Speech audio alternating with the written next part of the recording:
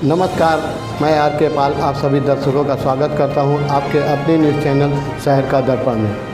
अब सभी लखनऊ में आज जनजनवादी पार्टी के राष्ट्रीय अध्यक्ष डॉक्टर संजय सिंह चौहान ने अपने कार्यालय पर एक प्रेस वार्ता की। प्रेस वार्ता कर उन्होंने बताया कि बीती 1 जनवरी को उनके विपुलखंड गोमती नगर में स्थित उनके कार्यालय में अज्ञात लोगों के द्वारा ताला तोड़ कर मीडिया सेल के कमरे से रखा हुआ लैपटॉप आदि सामान चोरी कर फरार हो गए हैं। इसके संबंध में गोमती नगर थाना में मामला भी दर्ज कराया जा चुका है, लेकिन आज तक पुलिस के द्वारा कोई भी कार्रवाई नहीं हुई, जिसके चलते उन्होंने यह प्रेस वार्ता का आयोजन किया है। साथ ही कहा कि जब से उन्होंने समाजवादी पार्टी से अपना गठबंधन तोड़ा है, तब से समाजवादी पार्टी के कुछ लोग उन्हें लगातार धमकियां दे रहे हैं। शुरुआती दौर में भी लोकसभा चुनाव में भी ऐसा किया, तभी मैंने मुकदमा कराया, जिसके चलते सरकार ने मुझे सुरक्षा व्यवस्था कराई। साथ ही कहा जब से उन्होंने अपनी पदयात्रा का ऐलान किया है और साथ ही और अखिलेश यादव की पीडीए का पर्दाफाश कर देगी, तब से समाजवादी पार्टी के कुछ लोग हमें लगातार फोन समझ रहे थे कि पीडीए इकट्ठा होने रहा और आप पिछड़ा वर्ग को तोड़ने के लिए पदयात्रा कर रहे हैं। यह अच्छा नहीं है, लेकिन 1 तारीख की रात की घटना से जो हमारे ऑफिस में घटना हुई है, उससे यही लग रहा है कि वह हमें अपने मार्ग से हटाने का प्रयास कर रहे हैं। वहीं उन्होंने मीडिया के माध्यम से यह भी कहा कि यदि प्रशासन या लखनऊ पुलिस जल्दी इस मामले में कोई कार्रवाई नहीं करती है, तो उनकी पार्टी कमिश्नर ऑफिस का घेराव करेगी। आइए देखते हैं हमारे संवाददाता की एक रिपोर्ट। क्या होते हैं?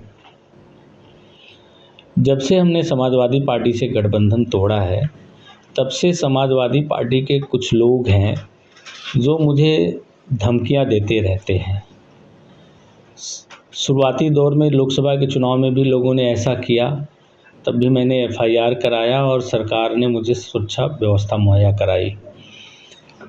उसके बाद जब से मैंने अपनी पदयात्रा अति पिछड़ों और दलित वर्ग के आरक्षण के वर्गीकरण को लेकर के सुप्रीम कोर्ट ने जो निर्णय दिया है, उसको उत्तर प्रदेश सरकार से लागू कराने के लिए हमने फरवरी माह में हमारी होने वाली पदयात्रा है, सामाजिक न्याय पदयात्रा, उसकी हमने घोषणा किया और उसके लिए लगातार हम फील्ड में काम कर रहे हैं। और मुझे पूरा भरोसा है कि मेरी पदयात्रा अति पिछड़ी जातियों में एक नई राजनीतिक संवेदना का शुरुआत करेगी और अखिलेश यादव जी के पीडीए का पर्दाफाश भी कर देगी। तब से समाजवादी पार्टी के कुछ लोग लगातार मुझे फ़ोन करके ये कह रहे थे कि ये आपकी पदयात्रा, जहाँ पूरा पीडीए इकट्ठा होने की स्थिति में जा रहा है, पिछड़ा वर्ग इकट्ठा हो रहा है और आप पिछड़ों वर्ग को तोड़ने के लिए ये पदयात्रा कर रहे हैं, ये अच्छा नहीं होगा। तो मैं इसको हल्के में लेता रहा, लेकिन 1 तारीख की रात में 2:28 पर हमारे ऑफिस में 5 लोग इस तरफ से घुसते हैं और ऑफिस में आकर के तोड़फोड़ करते हैं और चोरी भी करते हैं, जिसका एफआईआर दर्ज है और जिसका विजुअल भी आपको मिल जाएगा। और उनके चोरी करने का जो तरीका था, उस तरीका को देखते हुए पूरी तरह से यह स्पष्ट है कि वे चोरी करने की नियत पर से नहीं आए थे, बल्कि वो मेरी जान माल को नुकसान पहुंचाने की नियत से आए थे। ये तो भगवान की कृपा रही कि 31 तारीख को मुझे ऑफिस में आना था और मैं राजस्थान से यहाँ ना आकर के दिल्ली चला गया था। तो मैं पुलिस प्रशासन के लोगों से भी ये कहूँगा कि वो 1-2 दिन रोज़ टाइम बढ़ा रहे हैं, आज 3 दिन हो गया, इसका जल्दी से जल्दी पर्दाफाश कर दें, नहीं तो 12 तारीख को जनवादी पार्टी के लोग सीपी कार्यालय में धरना पर बैठेंगे। और मैं उत्तर प्रदेश सरकार से भी कहूँगा कि वे मेरी सुरक्षा व्यवस्था बढ़ा दें, ताकि मैं निश्चिंत होकर के फील्ड में काम कर सकूं और अपने पार्टी के कार्यक्रमों में भाग ले सकूं। अच्छा, जिस तरह से हमला हुआ है, जिस तरह से आप समाजवादी पार्टी की बात कर रहे हैं, आपका इशारा विपक्ष की ओर क्यों है?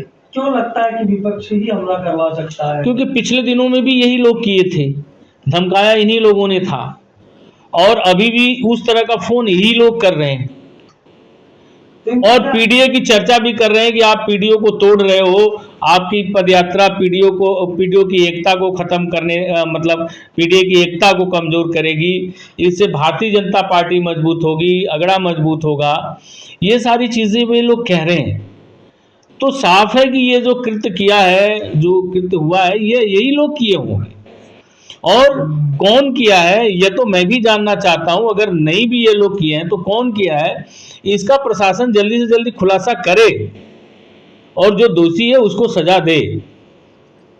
तो आगे सरकार से क्या मांग है कि आप मुख्यमंत्री से मिलेंगे इस संदर्भ में? मैं बहुत जल्दी दिल्ली जाऊंगा और मैं गृह मंत्री भारत सरकार अमित शाह जी से टाइम मांगा हूं और मुझे मिलेगी भी, और मिल करके मैं अपनी पूरी बात कहूंगा और मेरी सुरक्षा व्यवस्था बढ़ाई जाए। ये पत्र मैं उन लोगों तक पहुंचा चुका हूं और मैं मुख्यमंत्री जी को भी अपना पत्र दे चुका हूं और मुझे आशा है कि सरकार हमारे इन सब चीज़ों को लेकर के ध्यान रखेगी।